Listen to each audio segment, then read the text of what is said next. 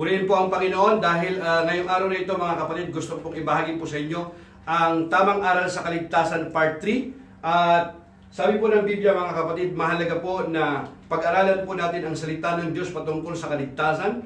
Nung una po ay napag-aralan natin na ang kahalagaan ng aral sa kaligtasan sapagkat doon po natin nakita na marami po tayong mga napulot na aral na hindi naman naayon doon sa Biblia, kaya yung kaligtasan na atin pong napakinggan, narinig ay maaring hindi po tayo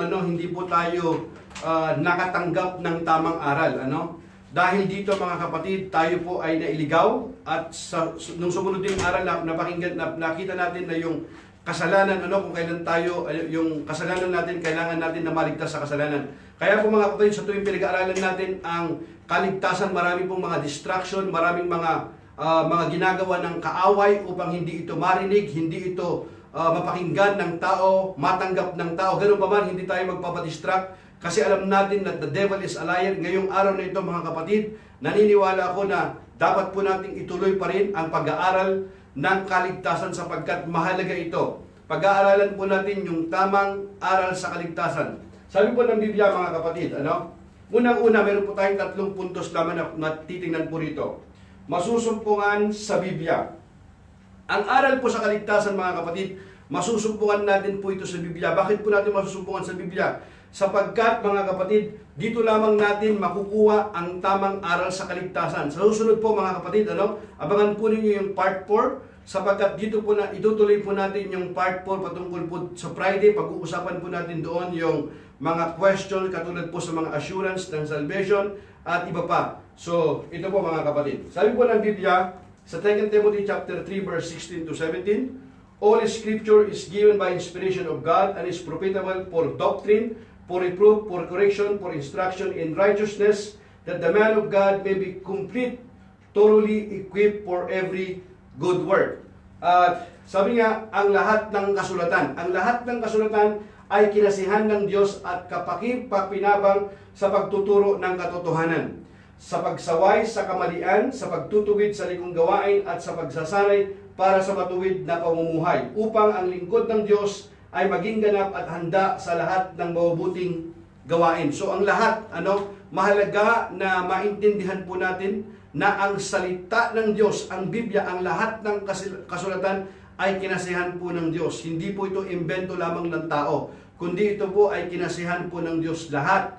At dahil dito, mapagkakatiwalaan po natin na ang salita ng Diyos, ang Biblia, ay tunay ngang salita ng Diyos sapagkat ito ay kinasihan ng Espiritu ng Diyos at magagamit ito sa pagtuturo at kapakipakinabang nga sa pagtuturo ng katotohanan, at pagsaway sa kamalian, sa pagtutuwid sa likong gawain at sa pagsasanay para sa matuwid na pamumuhay. Kahit po sa John chapter 17 verse 17, ang sabi lang, make them holy by your truth. Teach them your word which is truth. Your word is truth. Di ba sabi nga ng Biblia, ang langit at lupa ay maglalaho, ngunit ang salita ng Diyos ay hindi maglalaho, hindi magkakabula. So, thy word is truth, which is truth. Your word. Make them holy by your truth. Teach them your word, which is truth. And ibukod mo sila para sa iyo sa pamamagitan ng katotohanan. Ang salita mo ang katotohanan. So yung salita po niya, ito po yung Biblia na hawak po natin, ito po yung katotohanan na sinasabi po ng Bible. So sabi nga ni Apostol Pablo kay Timothy in 2 Timothy chapter 2 verse 15, be diligent to present yourself approved to God, a worker who does not need to be ashamed, rightly dividing the word of truth. So rightly dividing the word of truth. So makikita natin yung word nito na diligent to present yourself approved. Kailangan approved to God, a worker who does not need to be ashamed, rightly dividing the word of truth. So, word of truth, thy word is truth. Lagi natin makikita rito mga kapatid na ang sabi niya, sikapin mong maging kalugod-lugod sa paningin ng Diyos, isang manggagawang walang dapat ikahiya at tama ang paggamit sa salita ng katotohanan. So, kaya po natin pinag-aaralan mga kapatid yung tamang aral sa kaligtasan. At unang-una nga, sa 3 puntos na tayo titingnan, yung salita ng Diyos, which is yung Bible. Mahalaga yung tama ang paggamit sa salita ng katotohanan. Katotohanan kasi yung salita ng Diyos, yung Biblia, nabasa po natin yun kanina. Bakit kailangan tama ang paggamit sa salita ng katotohanan? Kasi mayroon pong gumagamit din po ng Biblia, subalit hindi naman tama ang kanilang paggamit. Tulad po ng pangaral po ng kaligtasan, dinadagdagan po nila yung mga aral na wala naman sa Biblia. Tulad halimbawa ng pagiging isang membro ng samahan, ng grupo, ng iglesia, ng relihiyon upang makamit ang kaligtasan sa magitan ng isang ministro, isang tao, isang pastor o isang propeta. Ito yung magbibigay daw sa kanila ng daan para sa kaligtasan. So, marami pong mga naliligaw, nalilitong tao dahil sa napakaraming mga mangangaral ang nagtuturo ng salita ng Diyos na hindi naman tama. Kaya mahalaga yung tama ang paggamit sa salita ng katotohanan. So, kaya nga po mga kapatid, mahalaga na foundation ng atin pong pananampalataya na matutunan po natin patungkol po sa kaligtasan. Mahalaga po kasi ito, pwede nating ituro ngayon yung patungkol sa mga encouragement ngayon, motivation ngayon. Okay po yan, pero pagkatapos ng lahat ng ito, ang mahalaga sa buhay po natin ay yung ating kaluluwa, sapagkat ito po yung eternity. Napag-aralan natin ito nakaraan na meron lamang tayong dalawang pupuntahan. Ito ay separation sa Panginoon. Separation, yung tinatawag po na eternal damnation o yung dagat-dagatang apoy, impyerno, na kung saan walang hanggan po yun, eternal po yun, yung kaparusahan na yun. At yung isa naman, eternal life, dito yun sa piling po ng Diyos. At pinag-aralan natin doon na maintindihan po natin na ang ating pong pananampalataya ay kailangan po mayroon pong saligan yung ating pananampalataya.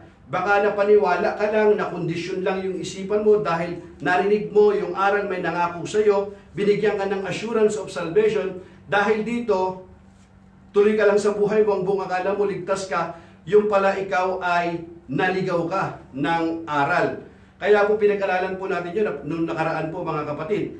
Bakit natin po sinasabi? Wala kasing tao, walang pastor, walang guro, walang sino man makakapagbigay sa iyo ng assurance of salvation. Ang makakapagbigay lang sa iyo ng assurance ng katiyakan ng kaligtasan ay yung salita ng Diyos. Yung salita kasi ng Diyos ang atin pong batayan. At yung salita ng Diyos ang magsasabi. Ito nga ay mayroong patutuo patungkol po sa mga salita ng Panginoon. Patutuo? Isa po yan, yung patutuo po ng Espiritu Santo. Pero, gano'n po man mga kapatid, itinuturo po dito ni Apostol Pablo sa kanya pong disipulo na si Timothy. Ang sabi niya, sikapin mong maging kalugod-lugod sa paningin ng Diyos, isang manggagawang walang dapat ikahiya. So, walang dapat ikahiya.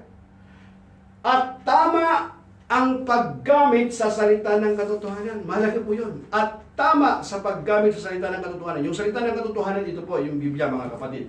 At in 1 Corinthians chapter 4 verse 6, dito natin makikita ng sinasabi niya, then you will not be puffed up in being a follower of one of us over against the other. So, do not go beyond the scripture, ang sinasabi po rito, na do not, na huwag kang lalampas sa mga bagay na nasusulat. At here in Deuteronomy chapter 4 verse 2, do not add to or in Deuteronomy chapter 4 verse 2, sabi doon, do not add to or subtract from these commands I am giving you. Just obey the commands of the Lord your God that I am giving you. So do not add or subtract. Ibig sabihin, huwag ninyo itong daragdagan, ni babawasan. Sundin ninyo ang mga utos na ibinigay ko sa inyo mula kay Yahweh. So, huwag kang unang-una, huwag kang lalampas sa mga bagay na susulat.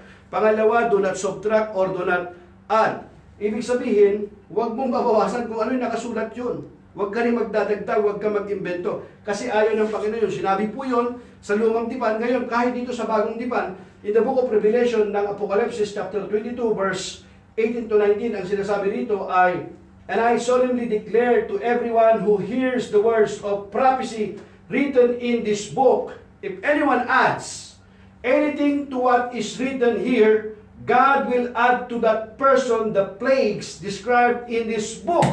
And if anyone removes any of the words from this book of prophecy, God will remove that person's share in the tree of life and in the holy city that are described in this book. So, maliwanag mga kapatid, na wag mong babawasan ni dadagdagan ang mga bagay na nasusulat dito, sapagkat sino mang magdaragdag sa nilalaman ng aklat na ito ay idaragdag ng Diyos sa kanya ang mga salot na nakasulat dito. Ang sino mang mag-alis ng anuman sa mga salita ng aklat ng propesiyang ito ay aalisan ng Diyos ng karapatang makibahagi sa bunga ng punong kahoy na nagbibigay buhay at sa banal na lungsod na binabanggit dito. Isipin niyo po yan mga kapatid, daragdagan ng salot, aalisan ng karapatan sa bunga ng punong kahoy na nagbibigay buhay. So ganito po mga kapatid,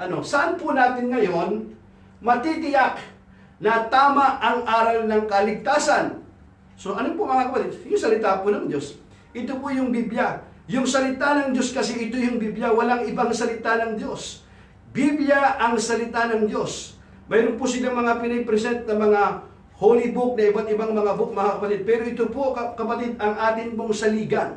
Yung salita po ng Diyos na hindi nagbabago, ang salita po ng Diyos ang katotohanan, sapagkat mga kapatid, libu-libong taon na ito, for at least nasa 1,500 years, iba't ibang tao ang nagsulat, at least 40 authors, hindi sila nagkita, hindi sila nag-usap, iba't ibang panahon, iba't ibang lugar, pero makikita po natin dito yung pagkakasunduan sa isa't isa. They don't contradict to each other. Hindi sila nagko-contradict. Bagkos sila ay nagkakatugma, sapagkat makikita natin dito na ito nga ay kinasihan ng Espiritu ng Diyos. Bagamat mga ordinary po silang tao, ang iba po sa kanila ay prophet, fishermen, kings, pero ganun pa man mga kapatid, or tax collector, doctors, iba't iba po silang ng kalagayan ng antas sa buhay.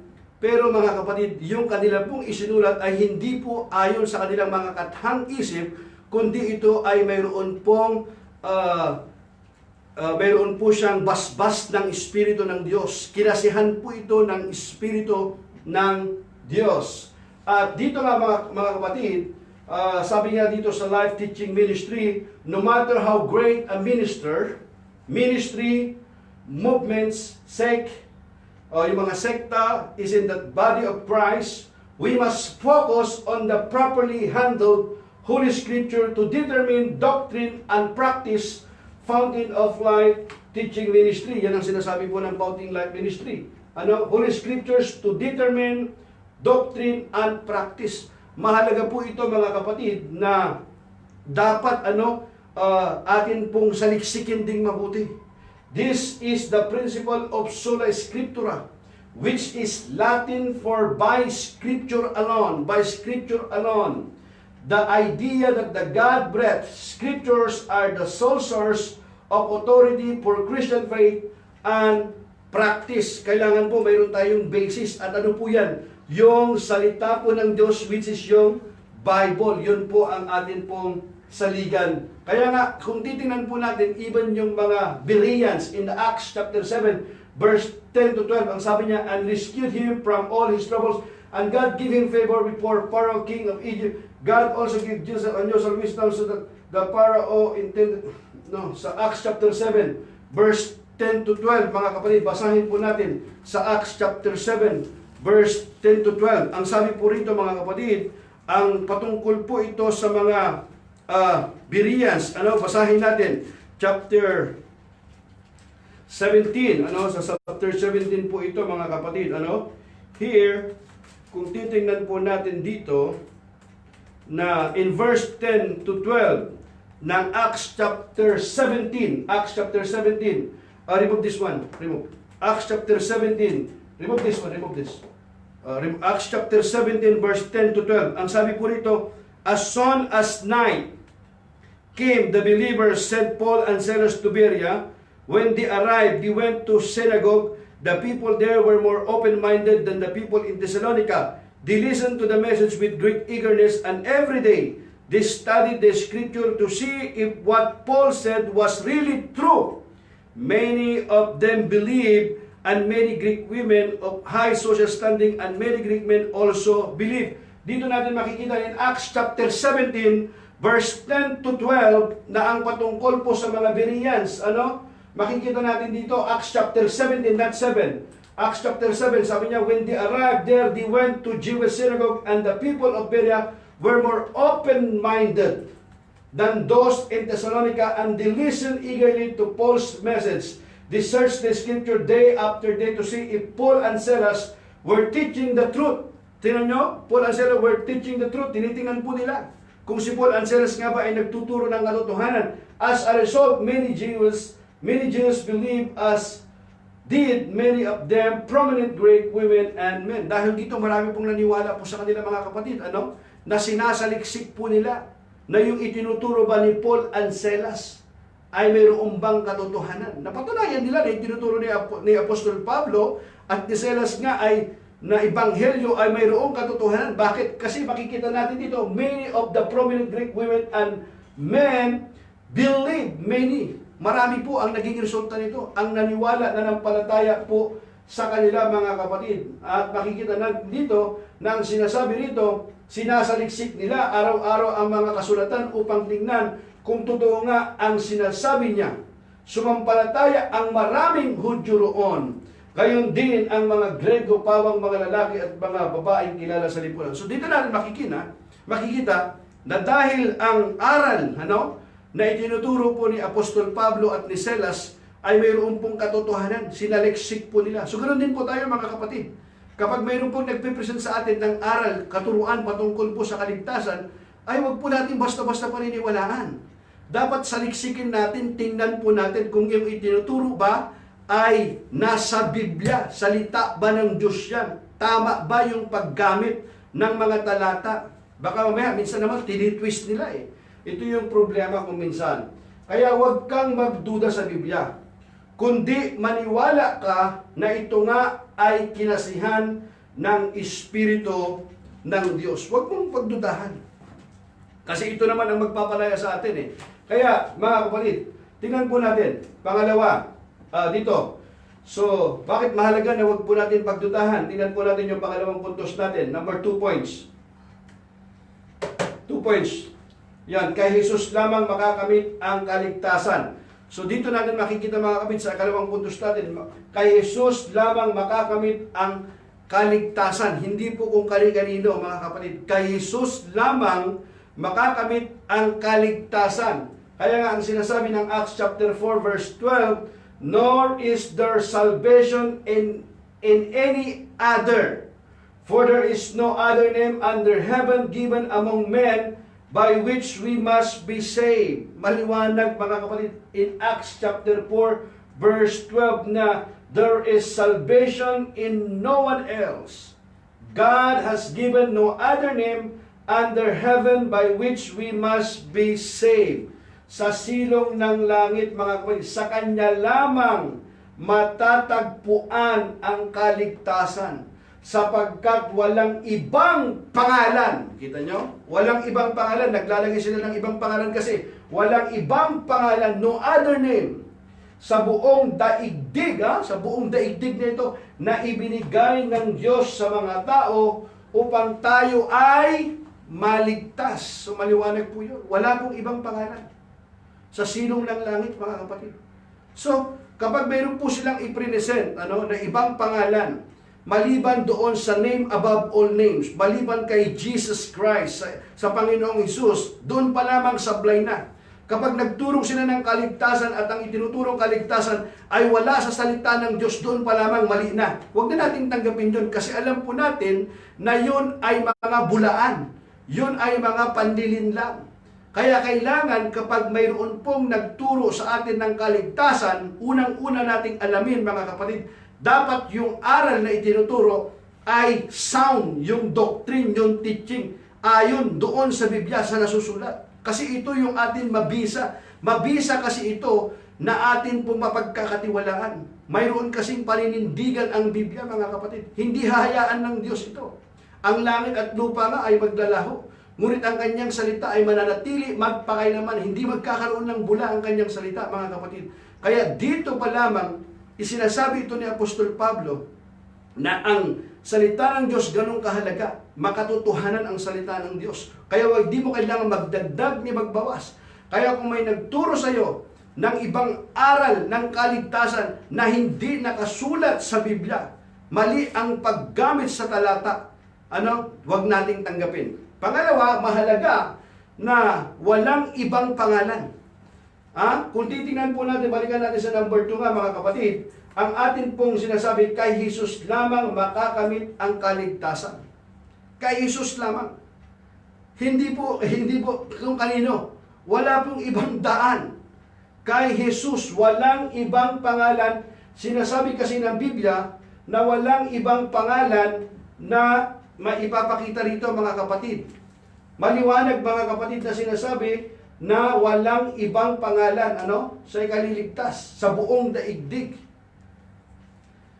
Hallelujah! Purihin ang Panginoon. Now, John 14:6, Jesus told him, I am the way, the truth, and the life. No one come to the Father except through me. Sino nagsabi dyan? Si Jesus. Di ba? I am the way, sabi ni Kristo, ako yung daan, ang katotohanan at ang buhay.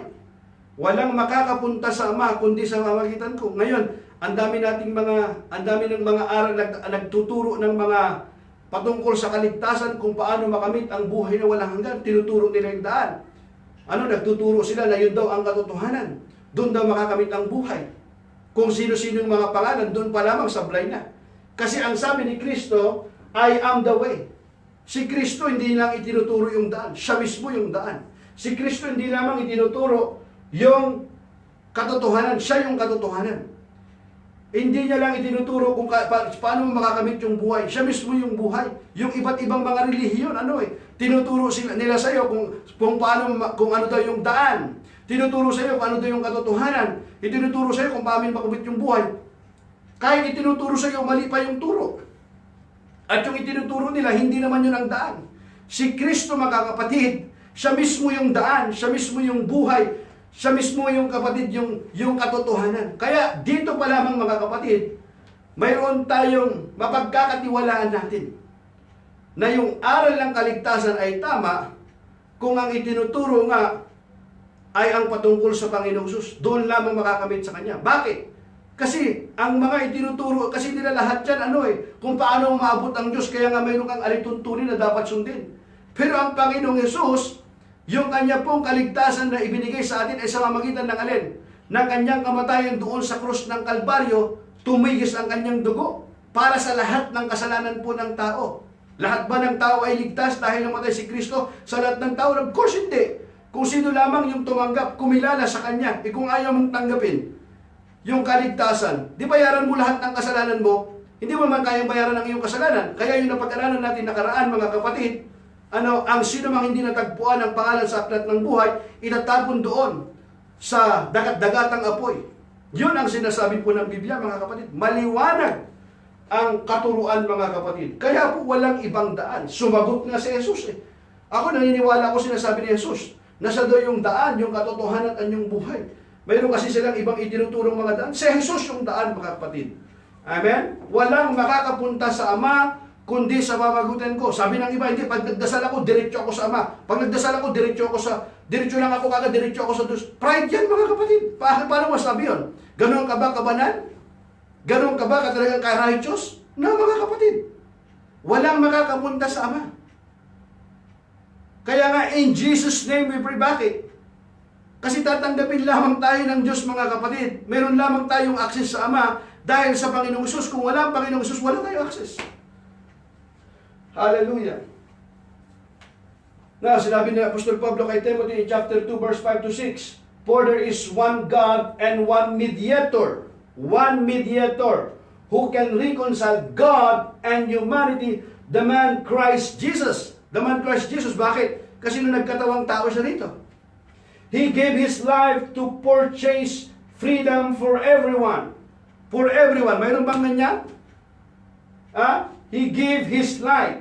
He gave His life. Kahit ibigay nila yung buhay ng kahit sino man sa mundong ito, kahit sinong propeta, disipulo, kahit sino, hindi nila pwedeng bayaran ang kasalanan ng tao.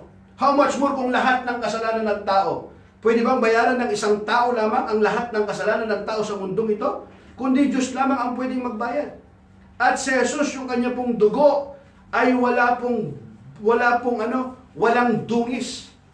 Kaya nung siya ay magkatawang tao, ang Panginoong Jesus, yung kanya pong dugo, ay sapat na para bayaran ang kasalanan ng lahat ng tao. At ang sino mang sumampalataya sa kanya, maliwanag ng sinasabi ng Biblia, ay magkakaroon ng buhay na walang hanggan. Kaya nga sabi niya, He gave His life to purchase freedom. Kailangan natin freedom. For everyone, this is the message God give to the world, just the right time. The message, just the right time, mga kapatid. Sapagkat iisa ang Diyos at iisa ang tagapamagitan sa Diyos at sa mga tao, ang taong si Kristo, Jesus. Sino daw yung tagapamagitan? Sino daw yung mediator? Naglalagay tayo ng ibang mediator. Ang sabi natin, ang mediator natin, si Mary. Ang iba pang mediator natin, dumadaan pa tayo kay Pedro, dumadaan po tayo kay Pablo. Kahit si Pedro, mga kapatid, kailangan niya ng kaligtasan. Si Pablo, kailangan niya ng kaligtasan. Kaya nga itinuturo niya sa atin yung Ebanghelyo. Maliwanag yung Biblia. 1 Timoteo chapter 2, verse 5 to 6. There is only one mediator. Ang tagapamagitan sa Diyos at sa mga tao, ang taong si Kristo Jesus. Bakit? Kasi sabi ng verse 6, inihandog niya ang kanyang buhay upang tubusin ang lahat mula sa kasalanan. Yung buhay niya, kapatid, yung kanyang buhay, yung kanyang dugo, yun ay pantubos ng kasalanan ng lahat ng tao. Hebrews 9:22, kung walang pagbububo ng dugo, walang pagpapatawad ng kasalanan. Sino? Yung mga propeta? Yung mga disipulo? Wala, hindi po yun. Kailangan din po nila ng habag ng biyaya ng Panginoon. Walang nakabot sa pamantayan ng Diyos. Ang Panginoong Hesus lang, mga kapatid. Ang dugo lamang niya, ang buhay, maliwanag, ang kanyang buhay, inihandog niya ang kanyang buhay upang tubusin ang lahat mula sa kasalanan. Ang katotohanan ito, kita nyo, ang katotohanan ito ay pinatunayan sa takdang panahon. Kasi bakit? Nakapropesya na yan. Sinabi na nila, ang Messiah, tagapagligtas, ang Kristo, the Anointed One, mga kapatid. Kaya in John chapter 3 verse 16, for God so loved the world that He gave His only begotten Son, that whosoever believeth in Him shall not perish, but have everlasting life. Gayon na lamang ang pag-ibig ng Diyos sa sanlibutan. Kaya ibinigay niya ang kanyang bugtong na anak upang ang sino mang sumampalataya sa kanya ay hindi mapahamak, kundi magkaroon ng buhay na walang hanggan. Kaya nga sabi doon sa 17, mga kapatid, tingnan natin ang next sa Romans chapter 10 verse 9 to 10. If you declare with your mouth Jesus is Lord, and believe in your heart that God raised Him from the dead, you will be what? Saved. For it is with your heart that you believe and are justified, and it is with your mouth that you profess your faith and are saved. Paano mo pinoprofess yung faith mo? Sinasabi mo. Doon mo kasi, paano ka nagkaroon ng faith? Naririnig mo. Romans 10:7, faith comes by hearing, and hearing by the word of God. You believe, and justified. And what you do? And in with your mouth, it is with your mouth that you profess your faith and are saved. Enough ba yun? Hindi. Bakit? Kasi ang sabi ng Biblia, and believe in your heart. You believe in your heart that God raised Him from the dead. So, paano siya God raised from the dead? Of course, first, He died on the cross. When He died on the cross, after 3 days, He rose again. So that's why you believe also. You believe that Jesus Christ died on the cross for your sin. He shed His blood on the cross of Calvary. Sa iyo at sa akin, mga kapatid. Kaya ang sabi niya, kung ipahahayag ng iyong bibig, na si Jesus ay Panginoon. Panginoon niya, at buong puso kang sasampalataya. Yun. Mahalaga yung buong puso kang sasampalataya. Buong puso kang sasampalataya na siya muling binuhay ng Diyos, maliligtas ka. Sapagkat sumasampalataya ang tao, saan? Sa pamamagitan ng kanyang puso. Yun, sa kanyang puso. Pagkatapos, at sa gayon, ay itinuturing na matuwid ng Diyos, nagpapahayag naman siya sa pamamagitan ng kanyang bibig, at sa gayon, ay naliligtas. Narinig niya, nung marinig niya, nanampalataya siya, mga kapatid, binigkas niya. Ibig sabihin, hindi mo ikinahiya yung kaligtasan, yung pananampalataya mo sa Panginoong Hesus. Ganun po yun, mga kapatid. Kaya ang sabi sa 2 Corinthians chapter 5, verse 21, For God made Christ who never sinned. Who never sinned. Sino yun? Si Kristo lang. Who never sinned to be the offering for our sin so that we could be made right with God through Christ. Yun. Not through church, not through membership, not through good works, through Christ. Gawa ng Panginoong Hesus yan eh. For God made Christ who never sinned, tempted everywhere yet not sinned, who never sinned to be the offering for our sins so that, ayan, we could be made right with God through Christ. Hallelujah. Maliwanag po yan eh. Hindi nagkasala si Kristo. Ngunit alang-alang sa atin, siya'y itinuring na makasalanan. Siya itinuring na makasalanan ha? Mali sabihin, hindi. Ang pinakamakasalanan lahat si Kristo. Kasi siya yung lahat ng kasalanan kinuha niya, mga kapatid. Hindi talaga siya makasalanan. Sabi ng Biblia, hindi siya nagkasala. Si Kristo. Ngunit alang-alang sa atin, siya'y itinuring na makasalanan. Itinuring siya. Hindi siya makasalanan. Itinuring na makasalanan upang sa pakikipag-isa natin sa Kanya ay maging matuwid tayo sa harap ng Diyos. Kung ikaw ay nakipag-isa kay Kristo, ituturing ka ngayong matuwid. Ngayon, kung hindi ka makikipag-isa kay Kristo, nananatili kang kalaban ng Diyos. Bakit? Ikaw ay makasalanan, nanatili ka. Ganun po yun, mga kapatid. Maliwanag naman ito eh. Halos 200 beses na binanggit sa Bagong Tipan na ang pananampalataya o paniniwala kay Kristo ang tanging kondisyon para sa kaligtasan. Hindi ba sapat to? Mahigit 200 beses, mga kapatid. Kaya iwan ko, kahit maraming beses na binanggit sa Biblia ang patungkol sa kaligtasan, sa aral ng kaligtasan, ang dami pa rin mga bulaang mga guro na mga ngaral, na patuloy ng daraya ng mga tao. Kasi nakakalungkot, marami kasi sa atin, mga kapatid, talaga, na hindi talaga nag-uukol ng panahon para pag-aralan ang salita po ng Diyos. Kaya mahalaga, yung katulad binasa natin kanina sa Acts chapter 7, verse 17, verse 10 to 12, yung mga Bereans, sinasaliksik nila eh. Kaya nung sinaliksik po nila, nanampalataya sila, maraming nanampalataya. Bakit? Kasi sa Apostol Pablo, nagsasabi ng totoo. Tama yung paggamit, yung aral na kanila pong ipinapangaral. Hallelujah. Purihin ang Panginoon. So panghuli, sa biyaya kayo'y nangaligtas sa pamamagitan ng pananampalataya. It is by grace through faith. Maliwanag po yan, mga kapatid. Balik natin nga doon, di ba? Panghuli ito, mga kapatid, sa biyaya kayo'y nangaligtas. Sa biyaya kayo'y nangaligtas sa pamamagitan ng pananampalataya. Dapat kumpleto yun. Hindi na, sa biyaya kayo'y nangaligtas sa pamamagitan ng pananampalataya at gawa. Walang ganon. Pananampalataya, yun po yun. Hindi ba yung pananampalataya, gawa din yun? Hindi, mga kapatid. Yung pananampalataya, biyaya din yun. Kasi nanampalataya, kagawa din. Hindi. Yung pananampalataya, biyaya din yun, mga kapatid. Hindi ka na makakapanampalataya kung wala rin yung biyaya po ng Diyos. Kaya dapat kumpleto. Kumpleto yun. Kaya hindi pwedeng, okay, pagka sinabi mo kasi kasama kasi sa sola scriptura, yung 5 solas na tinatawag natin, na yung faith alone, sola fide na tinatawag, o sola gratia. Dapat hindi lang gratia, dapat kumpleto yun. Yung kaligtasan kasi, dapat yung kaligtasan, kumpleto yung aral, kumpleto yung turo, wag yung kalakalahati. Kasi pag kalahati, hindi rin kumpleto yun.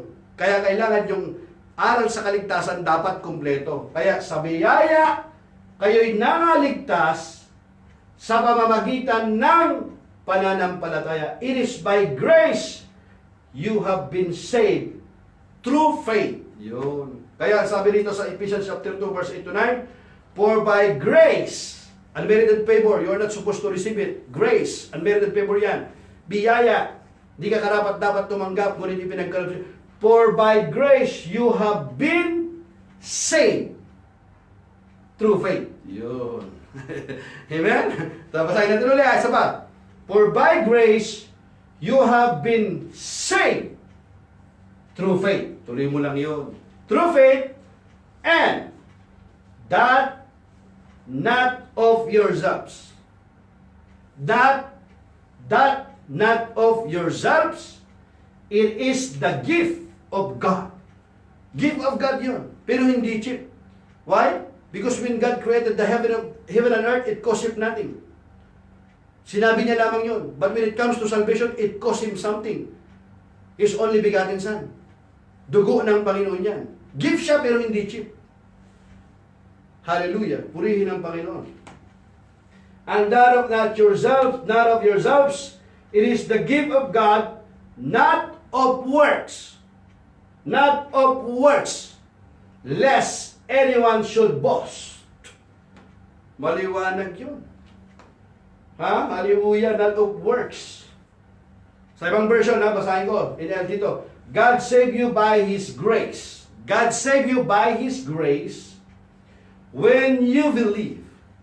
And you can take credit for this. It is a gift from God. Salvation is not a reward for the good things we have done, so none of us can boast about it. Maliwanag naman ito mga kapatid, sapagkat dahil sa kagandahang loob ng Diyos, kayo ay naligtas sa pamamagitan ng pananampalataya. Self-explanatory ito mga kapatid. Andyan na yung sagot mga kapatid. Simple lang, huwag kang magdagdag, huwag kang magbawas. Ito na. Paano ba tayo naligtas? Paano ba natin matitiyak? Paano ba natin malalaman yung tamang aral sa kaligtasan? Basahin na natin yung Biblia. Andyan na yung sagot. Yung iba, nagdadagdag, nagbabawas. Binasa natin kanina yun. Sapagkat dahil sa kagandahang loob ng Diyos, anong nangyari sa kagandahang loob? Kayo ay naligtas. Saan? Sa pamamagitan ng pananampalataya. Kanino? Sa Panginoong Hesus. At ito'y kaloob ng alin? Ng Diyos. At hindi mula sa inyong sarili. Hindi ito bunga ng inyong mga gawa. Anong gawa? Tulad ng bautismo. Ano pa? Tulad ng mga pagkakawang gawa. Bunga na yon. Gawa kasi yan eh. Hindi ito bunga ng inyong mga gawa, kaya't walang maipagmamalaki ang sinuman. Kasi kung mayroon doon, mayroon kang maipagmamalaki. Ibig sabihin, mayroon kang naidagdag, mayroon kang naikontribute. Hindi na regalo yun, mga kapatid. Hallelujah. Maliwanag naman po ito, mga kapatid. Bakit po grace ito? Bakit biyaya ito ng Panginoon? Kasi nga, sa John chapter 6, verse 44, mga kapatid, for no one can come to me unless the Father who sent me draws them to me, and at the last day will raise them up. Here, no one come to me. This is the Lord Jesus Christ ang nagsasabi. He said, no one come to me unless the Father who sent me draws them to me, and at the last day I will raise them up. At the last day, merong last day. Kaya maliwanag na sinasabi ng Biblia, walang makakalapit sa akin, malibang dalhin siya sa akin ng Ama na nagsugo sa akin. Ganon din yung Ama. Sinabi ni Kristo yun.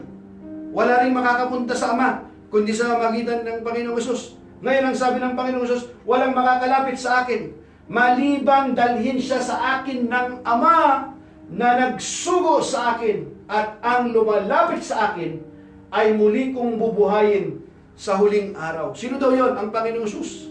Ang muling magbubuhay sa iyo sa huling araw. Bakit kanya muling bubuhayin?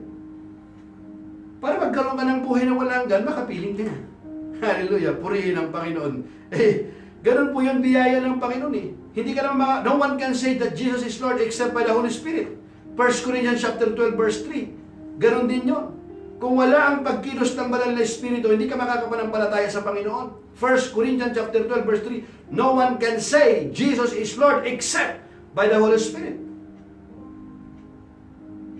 No one comes to the Father except by me, si Jesus. Makikita natin dito mga kapatid. Yung tatlong persona. Walang makakalapit sa akin, malibang dalhin siya sa akin ng Ama na nagsugo sa akin, at ang lumalapit sa akin ay muli kong bubuhayin sa huling araw. Maliwanag naman po kapatid yung tamang aral sa kaligtasan. Biblical, kaya nga ipinasulat ko lahat dito para makita natin mga kapatid, ano? Titus chapter 3 verse 5. Kung itutuloy mo yan hanggang 7, makikita natin yan. Dito lang sa verse 5. He saved us not because of the righteous things. Not because of the righteous things we had done. Kita mo yan? But because of His mercy. Sa habag ng Panginoon, He washed away our sins, giving us a new birth and new life. New birth and new life through the Holy Spirit. New birth kasi new life yan. Saan? Born from above. Ito yung born again na tinatawag. Pag-uusapan po natin yan sa part 4 mga kapatid. Kaya on Friday, alas 12, iisa-isahin po natin yon. Para buo po natin maintindihan patungkol po sa kaligtasan. Na-establish natin kay nung una, no? Yung kasalanan. Bakit kailangan natin maligtas sa kasalanan? Pinakita din natin doon na naligaw ng aral yung mga naligaw na aral. Naligaw sila ng aral ng kaligtasan. Kala nila siligtas sila. Ngayon, pinakita natin lahat doon. Inisa-isa natin yung mga scripture. Ngayon, dito sa part 3, pinakita natin na malalaman natin yung aral talaga. No? Yung tamang aral sa magitan ng Biblia, yung salita ng Diyos. Pinakita natin isa't isa. Tapos sa magitan ng Panginoong Hesus lamang. Sa Kanya lamang matatagpuan. Pinakita natin isa-isa yung mga scripture. Tapos dito, sa panghuli, pinakita natin sa magitan ng alin? Ng biyaya. Ano? Biyaya ng Diyos, pananampalataya. By grace, you have been saved through faith. Yung number 3 natin. Here, mga kapatid, sa number 3, kung you put that in number 3, yung ating points natin, makita doon. Maliwanag na pinakita, sa biyaya kayo'y nangaligtas sa magitan ng pananampalataya. Hallelujah. Purihin ang Panginoon. Dito natin makikita in Titus, in Galatians chapter 2, verse 16, sabi rin dito, yet we know that a person is made right with God by faith in Jesus Christ, not by obeying the law. And we have believed in Christ Jesus so that we might be made right with God because of our faith in Christ. Because of our faith in Christ. Not because we have obeyed the law. For no one will ever be made right with God by obeying the law. Maliwanag po ito mga kapatid sa kautusan. Romans 11:6, and since it is through God's kindness, then it is not by their good works, for in that case, God's grace, kita mo yung biya, God's grace would not be what it really is, free and undeserved. Yun ang mga Romans chapter 11 verse 6, at kung iyon ay dahil sa kanyang kagandahang loob, maliwanag na iyon ay hindi dahil sa gawa, sapagkat kung ang ginawa ng tao ang batayan, hindi na iyon masasabing kagandahang loob. Pero dahil lamang talaga sa kagandahang loob ng Diyos, kaya nga tayo nakapanampalataya sa Panginoon, mga kapatid. Maliwanag po ito. 2 Timothy chapter 1 verse 9, for God saved us and called us to live a holy life. He did this not because we deserve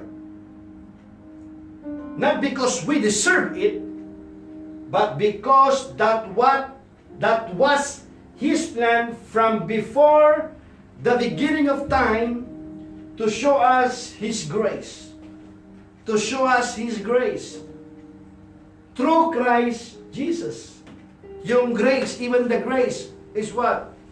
Through Christ Jesus. That is very clear, my brothers and sisters. Na nagligtas at tumawag sa atin para sa isang banal na gawain. Ginawa niya ito hindi dahil sa anumang nagawa natin, kundi ayon sa kanyang layunin at kagandahang loob sa sinumula pa. Ito ay ibinigay na niya sa atin sa pamamagitan ni Kristo Jesus. Hallelujah. Purihin ang Panginoon. Kaya po mga kapatid, paano natin malalaman ang tamang aral sa kaligtasan? Unang-una mga kapatid, masusumpungan sa Biblia ang aral ng kaligtasan. Pangalawa, kay Jesus lamang makakamit ang kaligtasan. At pangatlo, sa biyaya kayo'y nangaligtas sa mamagitan ng pananampalataya. Kaya po dito mga kapatid, dito natin matitiyak ang tamang aral patungkol po sa kaligtasan. Itong 3 puntos po natin pong pinag-aralan. Kaya po mga kapatid, abangan po natin yung part 4 para po lubos nating maintindihan, maunawaan ng buo ang aral po sa kaligtasan sapagkat mahalaga po ito na pundasyon ng pananampalataya ng isang Kristiyano. Ayaw ko pong matapos ang gawain na ito without giving you an opportunity to meet Jesus, the Lord of your life. At sa oras na ito, kung hindi ka patiyak, mga kapatid, na si Jesus nga ay tinanggap mo na, kinilala mo sa iyong buhay bilang iyong Panginoon tagapagligtas. Ngayong araw na ito, mga kapatid, ito yung magandang pagkakataon po natin na tayo po'y magsisi sa ating mga kasalanan. Kilalanin natin si Jesus na siya nga ay namatay doon sa krus ng Kalbaryo para sa atin at tanggapin natin siya sa ating buhay bilang ating Panginoon tagapagligtas. At ang sabi ng Biblia, ang sino mang tumanggap sa Kanya, sumampalataya sa Kanya, ay binigyan niya ng karapatang maging anak po ng Diyos. In John chapter 1 verse 12. At sa oras na ito, sabihin mo ito na nagmumula sa puso. Sabihin mo ito, dakilang Diyos, Ama naming nasa langit, sinasamba kita, pinupuri kita. Sa oras na ito, humihingi ako ng tawad, pinagsisihan ko ang aking kasalanan. Naniniwala ako at nananampalataya ng buong puso na si Jesus nga ay namatay sa akin sa krus ng Kalbaryo at muling nabuhay. Ipinapahayag ng aking labi na si Jesus ang aking Panginoon at tagapagligtas. Marami pong salamat sa iyong pagpapatawad at sa iyong pagliligtas. Ito ang aking dalangin na nagmumula sa puso sa pangalan ni Jesus. Amen and amen. Lagi po natin tatandaan mga kapatid na ang nagligtas po sa atin ay hindi po yung panalangin na atin pong ginawa. Mahalaga ang panalangin na ginawa po natin sapagkat tulad po ng atin pong binasa sa pamamagitan ng pananampalataya, sa pamamagitan ng ating pakikinig ng salita ng Diyos, nabubuo ang pananampalataya. At ipinapahayag natin ang ating pananampalataya sa pamamagitan ng ating pong bibig na mula po sa ating puso, nagmumula sa ating puso. Subalit, gaano man kahalaga ang dalangin na atin pong ginawa, ang nagligtas po sa atin ay hindi po yung atin pong dalangin, kundi yung atin pong pananampalataya sa Panginoon at yan ay sa biyaya lamang po ng Diyos. Sapagkat hindi rin tayo makakapanampalataya maliban na ang Ama ay maglapit sa atin sa Panginoon, maliban na ang Panginoong Hesus ang maglapit sa atin sa Ama, maliban na lamang kung ang banal na Espiritu ay hindi tayo i-convict ng Holy Spirit without the conviction of the Holy Spirit, kung wala ang pagkilos ng banal na Espiritu, hindi na tayo makakanampalataya. Subalit mga kapatid, kung yan ay ipinanalangin mo, na nagmumula sa puso, mga kapatid, gaano man kaiksi, kahina ang panalangin na yan, narinig ng Diyos ang dalangin na yan. Kaya natutuwa ako sa iyong ginawang desisyon na yan, na tinanggap mo si Jesus bilang iyong Panginoon tagapagligtas. Yan ang pinakamagandang desisyon na ginawa mo sa iyong buhay. Ngunit higit na natutuwa sa iyo ang Diyos, kasama ng kanyang libu-libong mga anghel na nagkakasiyahan ngayon dahil sa iyong ginawang desisyon na yan, nang tanggapin mo si Jesus bilang iyong Panginoon at tagapagligtas. Upang ikaw ay lumago sa iyong pananampalataya, kapatid, umpisahan mo sa pagbabasa ng kanyang salita. Umpisahan mo sa aklat ng John, aklat ng 1. Basahin mo, bago mo basahin, manalangin ka ng maiksi at idalangin mo na mangusap sa iyo ang Panginoon sa iyong pagbabasa. Umpisahan mo sa pananalangin at dumalo ka sa mga gawain. Sa tulad po, kahit mga online po lamang katulad po nito, ng mga Zoom, mga Bible studies, mga live group, upang ikaw ay lumago sa iyong pananampalataya. At pagkatapos nitong lockdown na ito, pwede nang mag-church. Make sure go to church at ipamalita mo ang kabutihan ng Diyos, ang pagliligtas ng Diyos sa iyong kapwa at sa iyong mga mahal sa buhay, and your life will never be the same again. Muli po mga kapatid, ako po'y nagpapasalamat sa inyo pong pagsama. Kami po ng aking pong sambayanan ay natutuwa sa inyo pong pagsama ngayon tuwing araw po ng Linggo at ng Friday at sa atin pong Bible study. We'll see you tomorrow, Lord willing, every Monday and Tuesday. Sa atin pong Bible study sa Jesus ang Daan, we're talking about the book of Romans. At bago po tayo magtapos mga kapatid, receive the blessings of the Lord. Would you raise your hand to receive the blessings of the Lord? Now to the King of Kings and Lord of Lords, mighty God, everlasting Father, and Prince of Peace, And now because you put God first place in your life and you continue to live a life worthy of the calling and obedient to His word. Now, right now in the name of Jesus, I bless you in the name of the Father, of the Son, of the Holy Spirit. Amen and amen. Muli pa mga kapatid, ako po nagpapasalamat sa inyo at sumayin niyo po ang kapayapaan po ng Diyos. We love you and God bless.